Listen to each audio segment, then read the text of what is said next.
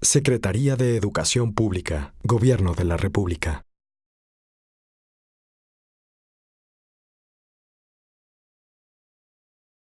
Economía 3.0, y qué duda cabe que el futuro de la economía y el futuro de la transformación de nuestro país está en buena medida en función de nuestra capacidad como sociedad para darle a nuestros jóvenes, a nuestros hijos, la educación que deseamos todos. Secretario, en los últimos años has encabezado un esfuerzo muy importante desde la Secretaría de Educación Pública en materia de reforma educativa, desde la reforma constitucional y con un impulso muy claro en la transformación de la educación básica en lo particular, pero en general en nuestro país. ¿Cómo dirías que va la reforma educativa? Y sobre todo, ¿cómo te gustaría a ti que dentro de un par de años, en 2018, se entregue el resultado de la reforma educativa? Muchas gracias, Alejandro, y muy buenos días a todos. Un gusto poder estar aquí. Agradezco mucho la invitación a Mariano, a Marco. Muchas gracias por permitirme estar aquí. Pero en primer lugar, Alejandro, yo diría que como además se ha dicho mucho, y en esto coincido plenamente, de todas las reformas estructurales, por muchos motivos la más importante es la reforma educativa.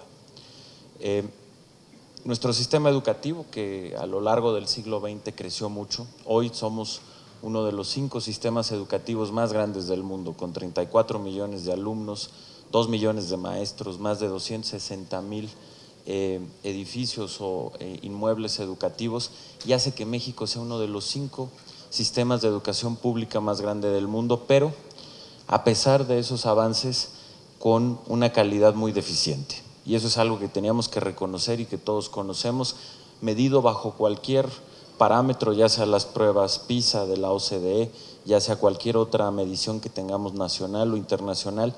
La calidad de nuestra educación dejaba mucho que desear, y enfrentar de esa manera el siglo XXI iba a ser muy complicado.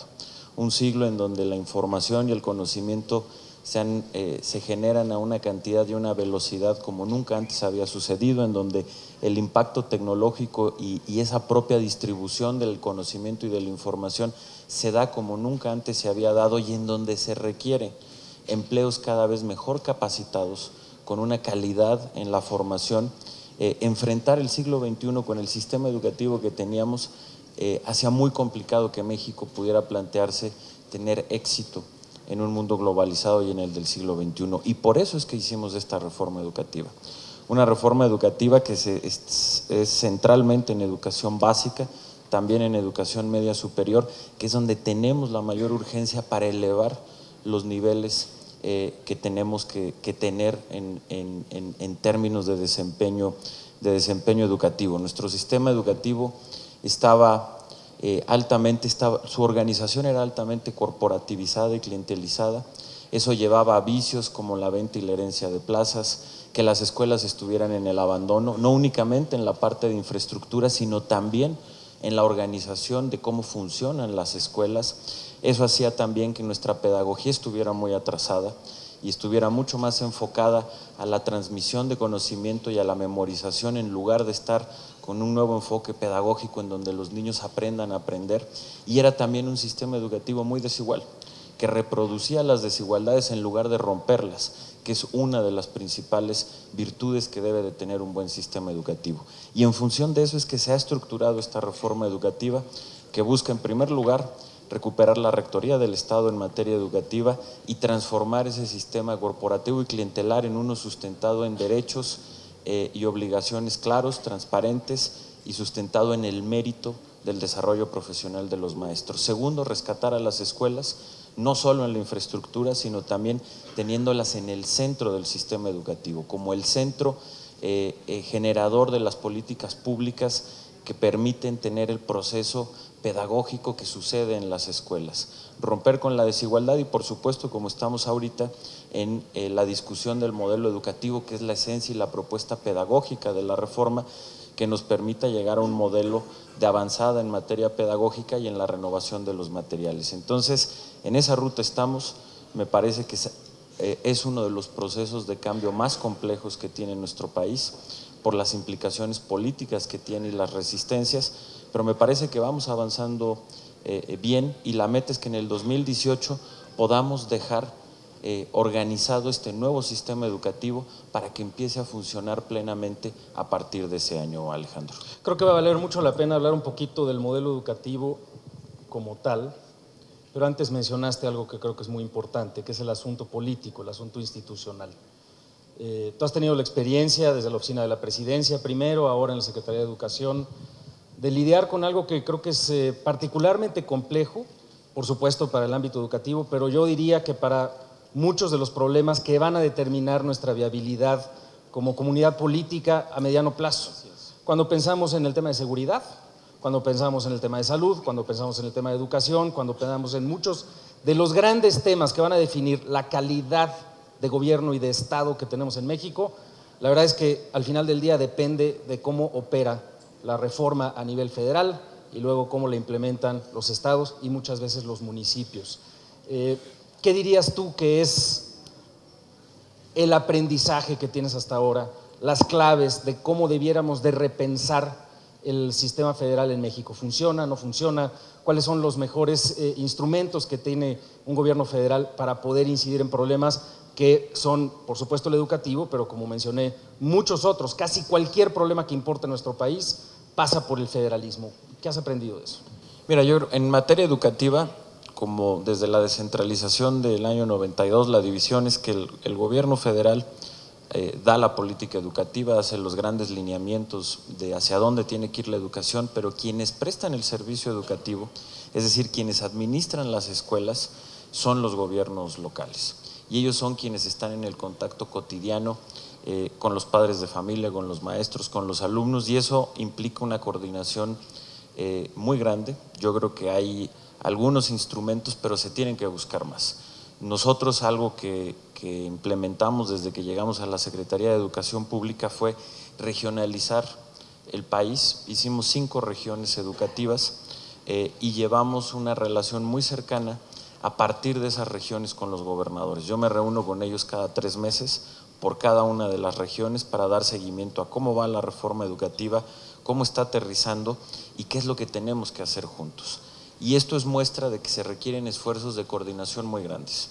No la relación entre la federación y los gobiernos locales para que las cosas sucedan, para que puedan pasar, hoy requieren de un gran esfuerzo por parte de ambas partes de encontrar estos nuevos mecanismos de coordinación que nos permitan tener una misma agenda de entrada, que nos permitan tener prioridades, que nos permita darle seguimiento a cómo vamos avanzando en cada una de ellas. Y es sin duda un esfuerzo que se tiene que hacer muy grande, un esfuerzo político, un esfuerzo administrativo, pero que de otra manera las cosas simple y sencillamente no funcionan, particularmente en una transformación como la educativa, en donde por obvias razones tiene tantas resistencias. Cuando tú estás cambiando un sistema, dijéramos que tenía esa estructura corporativa y clientelar por uno nuevo sustentado en el mérito, claramente hay resistencias. Hay resistencias de quienes no quieren perder lo que era antes el sistema educativo, es decir, por ejemplo, no perder privilegios como la venta y la herencia de plazas, controles que se tenían sobre la autoridad educativa, particularmente local, que eran indebidos, y eso genera las resistencias que hoy estamos viendo. Ese es el fondo de parte de la discusión que estamos viendo y que hay que ir venciendo poco a poco. Hay que ser pacientes, pero hay que ser muy consistentes, tener una gran claridad, firmeza, apertura, y en ese sentido la relación con los gobiernos locales se vuelve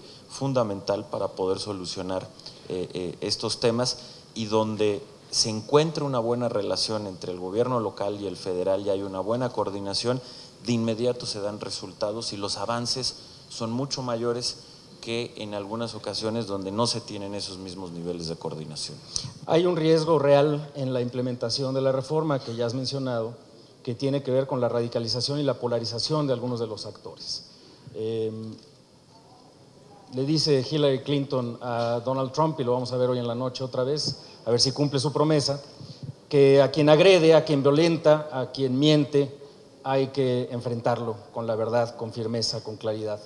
Y sin embargo, a veces eso encuentra respaldos en la sociedad, en el ámbito en el que estás tú, encuentra respaldo de parte de gobiernos estatales, encuentra respaldo de parte de algunos actores sociales, pero a veces se exige mayor polarización, se exige mayor firmeza y por otro lado se encuentran movimientos que exacerban la tensión, en algunos casos incluso la violencia.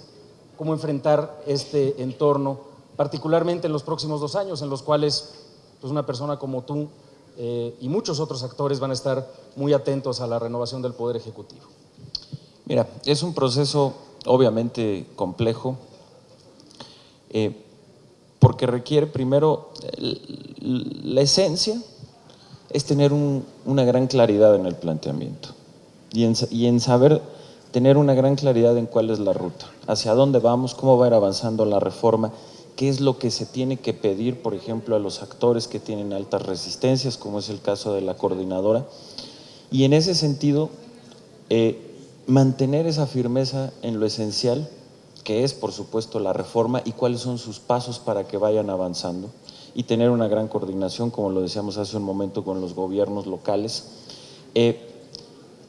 y junto con ello tener también, y es un poco un equilibrio, la apertura que también se requiere para escuchar y para encontrar dentro de la línea que se está buscando para que la reforma sea exitosa, los puntos que pueda haber de encuentro, también escuchar a la otra parte, poder incorporar algunos temas que incluso pueden enriquecer la reforma educativa, y en ese proceso estamos. Es un proceso complejo que tuvo además de manera muy concreta una coyuntura muy complicada después de los hechos muy lamentables en Nochixtlán, que hizo que la tensión subiera de manera dramática, que se requirieran un conjunto de mesas para poder distender la situación y a partir de ello poder recuperar otra vez la línea y la ruta de claridad en la implementación de la reforma, teniendo también al mismo tiempo un espacio de diálogo.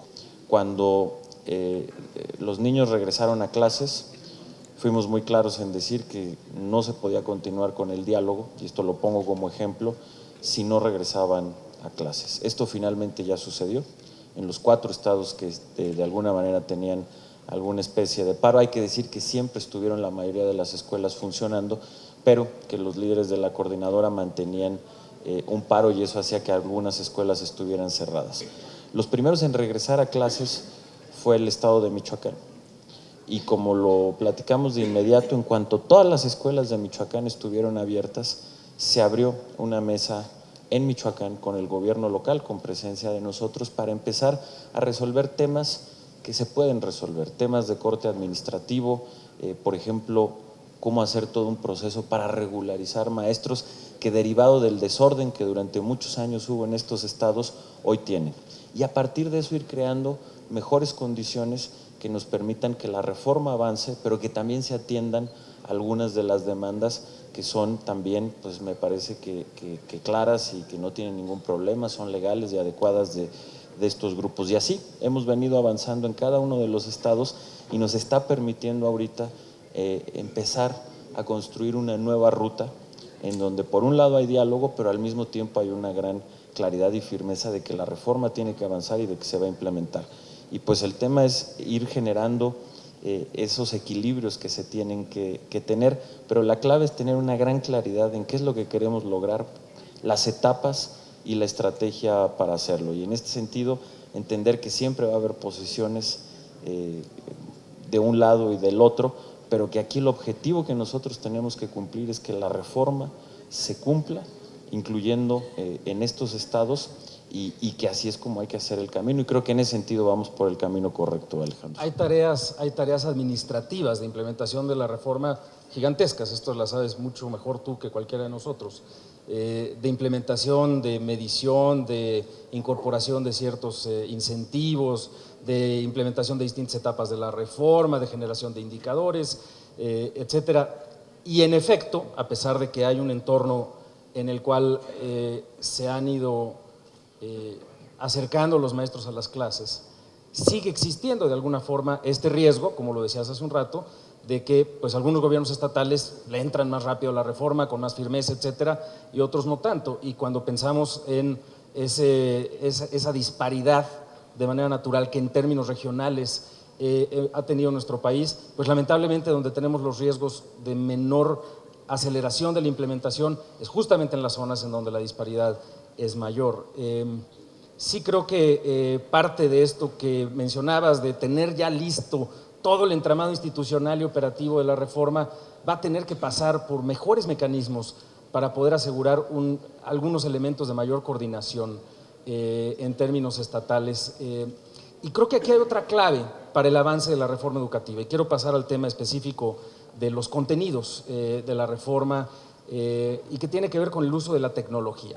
Quisiera primero preguntarte cuáles son las grandes claves del nuevo modelo educativo, hacia dónde nos estamos dirigiendo, cuál es la propuesta del Gobierno de la República. Sí, gracias, Alejandro. En primer lugar, son 3 cambios sustantivos. El primero es hacer este cambio de modelo de orientación pedagógica, en donde ya dejemos atrás un modelo que es del siglo XX, pero dijéramos muy de principios del siglo XX, en donde se veía la escuela como que la función que tenía era simplemente transmitir información y que los niños memorizaran. Y ahorita lo que importa, partiendo del punto de que la escuela sigue siendo central, pero que no es el único lugar de donde los niños van a obtener información y conocimiento, es poder orientar a una pedagogía en donde el centro sea aprender a aprender. ¿Qué quiere decir esto?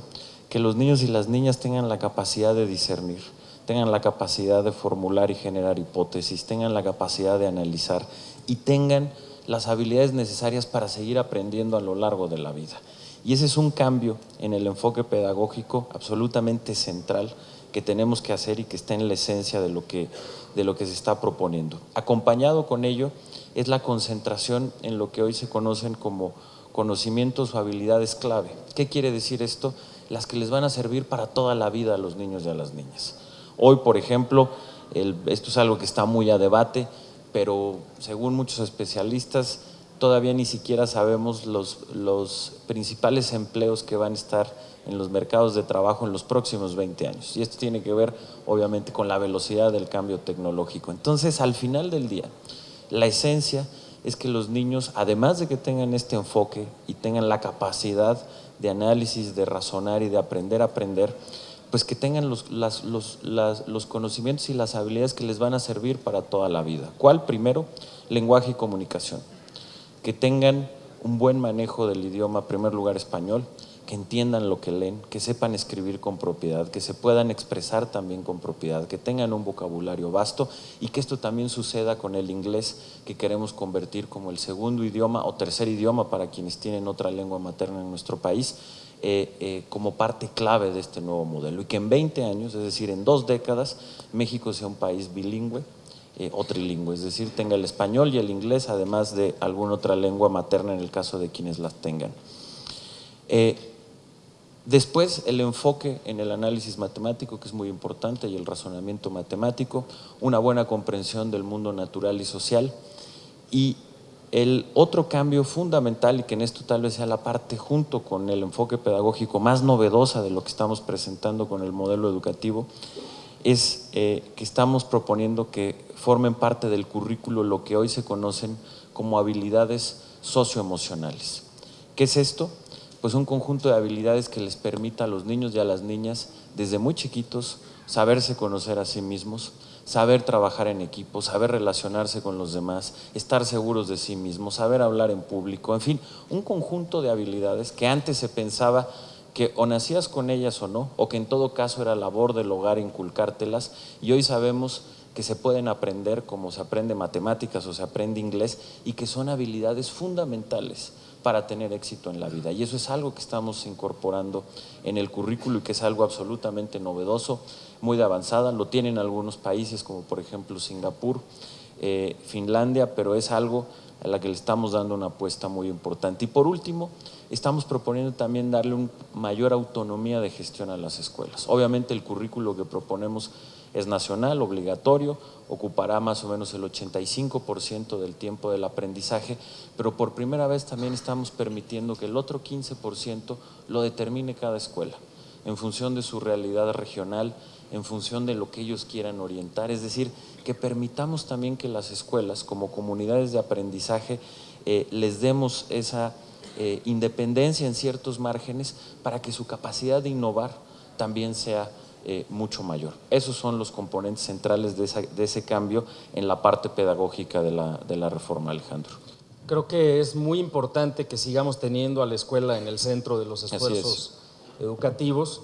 Sin embargo, muchas personas pueden decir, híjole, tan costoso, tan difícil, tan lento, tanta paciencia que requiere, tanta negociación, tanta oposición a una reforma centrada en este factor, cuando hoy día pareciera que el propio cambio tecnológico, la hiperconectividad, las tabletas, los celulares, lo que se avecina en términos de la conectividad de un montón de instrumentos con los cuales interactuamos todos los días, todas las personas, ya no es nada más de una cierta parte de la sociedad, parecieran prometer, ofrecer instrumentos de aprendizaje más centrados en las propias personas, mecanismos de inteligencia artificial que empiezan a darse cuenta de cómo un niño aprende, que empiezan a ofrecer cursos quizás más especializados para el aprendizaje, desde las cosas más sencillas como el vocabulario hasta matemáticas avanzadas e incluso algunas de estas habilidades socioemocionales que creo que son muy importantes tener en mente. ¿Qué promesa hay en eso? ¿Qué tanto debemos de enfocar la investigación en esa materia? Es muy importante, pero son complementarias. No hay nada que sustituya a la escuela al final del día. La escuela es el lugar en donde los alumnos se ven con los maestros, en donde sucede el proceso pedagógico y en donde sin duda todos los avances en las tecnologías de la información son importantes, se tienen que incorporar. Vamos a estar presentando próximamente la nueva estrategia digital para las escuelas como parte de la reforma educativa, pero no pensar que esto sustituye a la escuela o que esto puede sustituir a los maestros me parece que es un error. Yo creo que son temas que se complementan, que se tienen que incorporar, que las escuelas tienen que tener estos nuevos diseños, pero la escuela sigue siendo el centro del sistema educativo y donde sucede el proceso pedagógico y donde nada, particularmente en los niveles básicos, lo va a poder sustituir. Claramente, por ejemplo, todo lo que se puede estudiar en línea, conforme uno va avanzando y ya a nivel preparatoria, digamos, al nivel bachillerato o universidad, se puede volver mucho más importante y complementario, pero la primera educación que se da en el sistema básico tiene que suceder en la escuela, sí, con toda la ayuda y con todo lo que las innovaciones que tiene el proceso tecnológico, pero las escuelas y los maestros son absolutamente insustituibles y son clave para tener una educación y continuar con una educación de calidad. Secretario, muchísimas gracias. Mucho éxito en estos esfuerzos. Al contrario, muchas gracias, Alejandro. Gracias a todos. Muchas gracias.